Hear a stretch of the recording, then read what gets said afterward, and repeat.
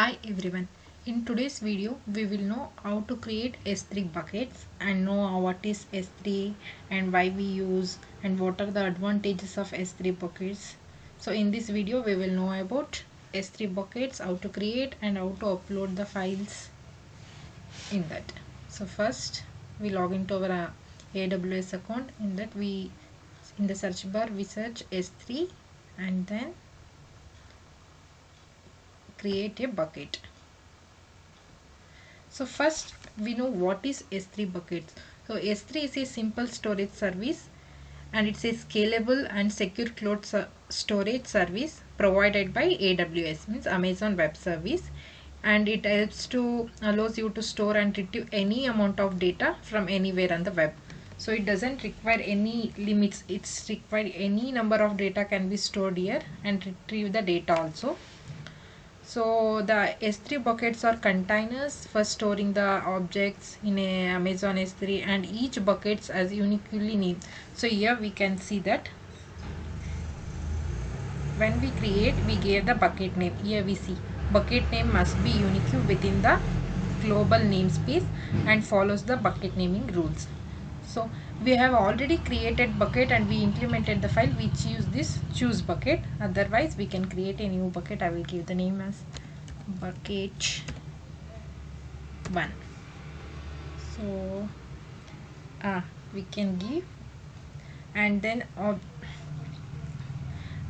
this is the object ownerships, ACLs. Here we can ACL disables, Amazon ACL disabled and ACL enabled, and here we can see when we enable the ACLs, the bucket can be owned by other AWS account, and access to these buckets and its objects can be specified using ACLs.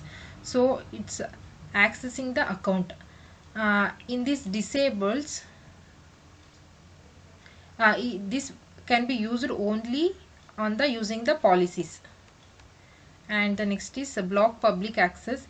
So here we can have give some permission regarding the bucket can be visible to access all the public users, or only granted for the ACLs, or granted or only access to buckets and objects granted to new public buckets. So based on the permission we can use this. And the versioning means it's multiple variants of objects on the same bucket. We can enabling the version, we can see existing and retrieving the data. And the tags is using for track the storage. It's like we can easily identify the resources. So encryption and this can be encryption with Amazon S3, and key management. It's a private, completely it's a private. It can use the encryption to security purpose, and buckets keys. So based on our usage we can enabling or disabling the S3 buckets. So S3 is allowed to perform bulk operations on large number of buckets, and also it provides an efficient way to automate the tasks such as copying objects and tagging and restoring the archive data. Here I will only give name and create the bucket, so it doesn't create, because here we can see I have already told that bucket name should be unique. This name already exists, so I will give bucket demo. This name also already exists, bucket HP. Yeah, I will name bucket HP. So here we create the bucket.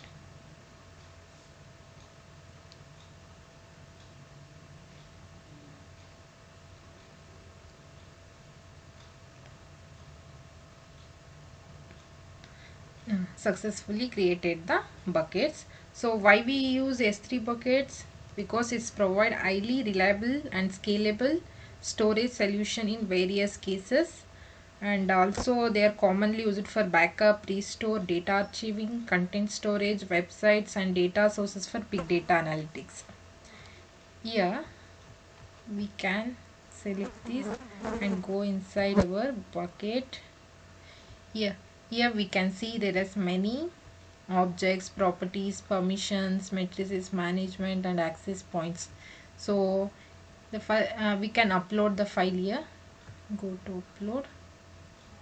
So what file you should upload can be stored in S3 bucket, we can be upload, and here, and also we can add folder also. Here I add the file.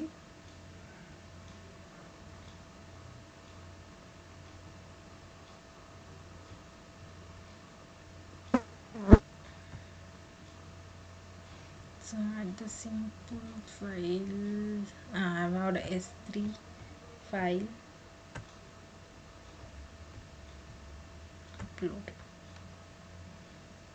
Yeah, here we can see the file should be uploaded successfully. Let's close. Yeah, in the name of bucket HP we uploaded a s3.html file. Here we gave some properties and permissions like that. So we can bucket versioning, so we can enable the bucket versioning. So it retrieve and restore the every version of every object. When we enable it, retrieve and restore every version of object stored in the S3 bucket. So, and also save changes. And then tags, I have already told the tag, it helps to identify the resources easily, and encryption is enabled. The next is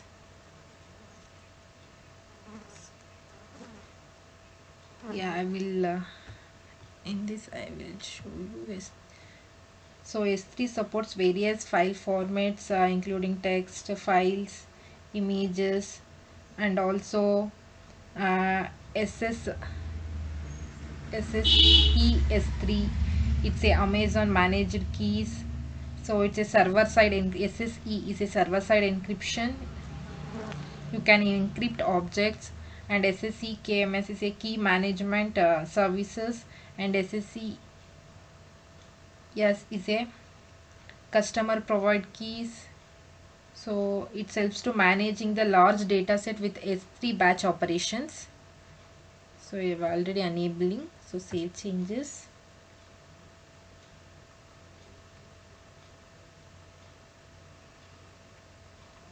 So and then we move to permissions. In these permissions, so public access, here we go to edit. So here disable all the permission because my implemented file cannot be accessing to everyone. So I block this.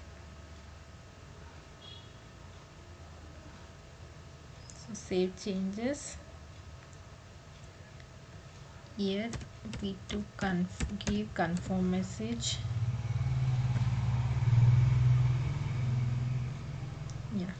Bucket public access to be blocked.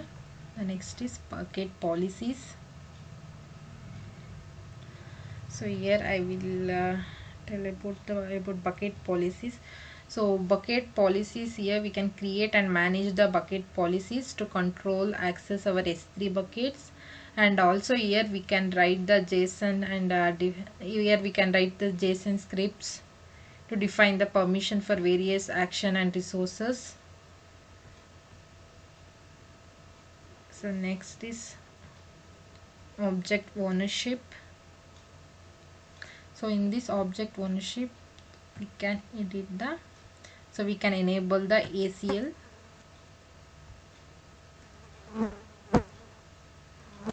So in this it helps to, there is a two ownership, one is bucket owner preferred, another one is object writer. So in this bucket owner preferred means if any file can be uploaded, it should be named in owner name only. Otherwise we can disable this, which one can be accessed our account, and which one is should be implemented or upload any file, the name should be shown in their name. So I will give owner preferred only, and then save changes. Acknowledge the ACL and save changes.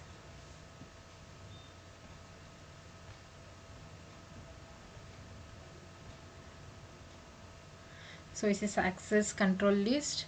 Here bucket owner, in this list writes object and bucket ACL can be read and write, and cause. So these are the changes we can be done here. The matrices, so the total bucket size and number of the objects it should be implemented, and its storage and the replication matrices.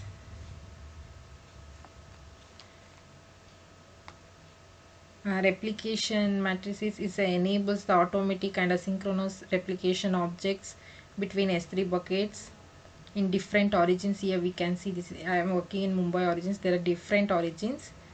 So and also it provides a disaster recovery and benefits with same reason, and use of the data resiliency like that. So and then all the changes are done. Then we go to objects. Here we can go to S3 HTML. So we copy this URL and paste in the web page. Yes, we can enter. So it shows that access denied. So when we upload file and run, it shows as access is denied. So go to your S3 bucket, go to S3 HTML, select the S3 HTML and give action, and here go to make public using ACL. So when we can access this public read, or it can be read, so make public. So when we make this public, everyone can read this. So yeah, it's done, and go to this website and refresh. Yeah, here we can see the output. So what file we should implement, we can read through web pages.